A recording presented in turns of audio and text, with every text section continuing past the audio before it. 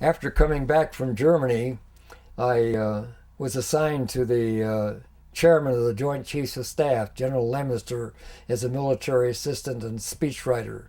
Later, General Taylor was put in by President Kennedy to be the chairman of the Joint Chiefs of Staff.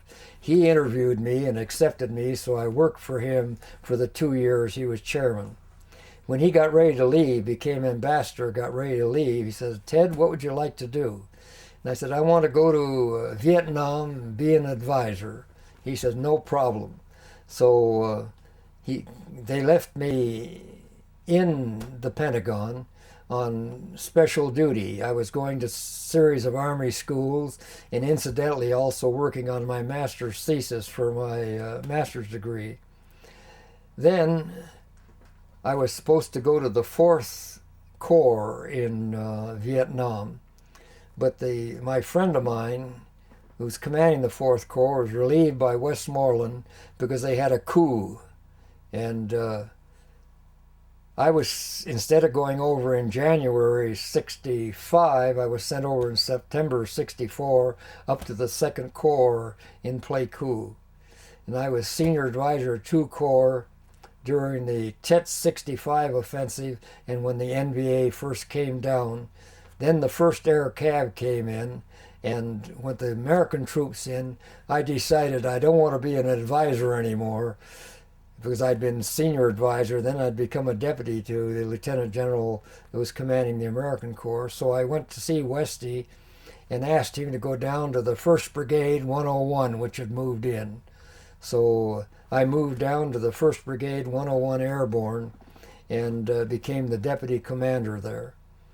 While I was there, I wrote a letter to Slam Marshall, who wrote Pork Chop Hill, and I'd helped him when I was commanding the 17th to get his book out on that, getting people to interview and all the rest. So I wrote a letter to him and says, "Why don't you come over here and take a look at the 101 here? We've got another book in the files." Well, he came over, and we were fighting up near Kantu, and he wrote his book, Battles in the Monsoons, which covered that period of time. And with the airborne there, Westy used us all over 2 Corps and into 3 Corps, wherever they thought there were some problem with Vietnamese, North Vietnamese and so forth. They'd move us in, we'd fight in the province, then we'd move to the next one. And we were alone. We were just a separate brigade task force. And as a result, the poor guys were really in bad shape. The uniforms were torn up. We didn't have the supplies going. And what we did with our insignia, airborne, we had above it, they wrote, "If you ain't," and then underneath the insignia, "You ain't shit." If you ain't airborne, you ain't shit. So we still had the spirit going, the airborne spirit, that we were different over there. And we did an outstanding job. This was in 65 when they came over, and I joined them in 66. And then that's when I went back and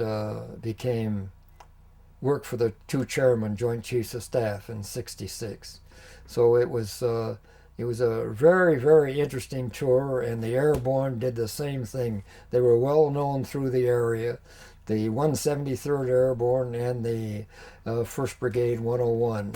And later the whole 101st Airborne came over. I think it was in 68. So that was my experience with the airborne in Vietnam. Stop.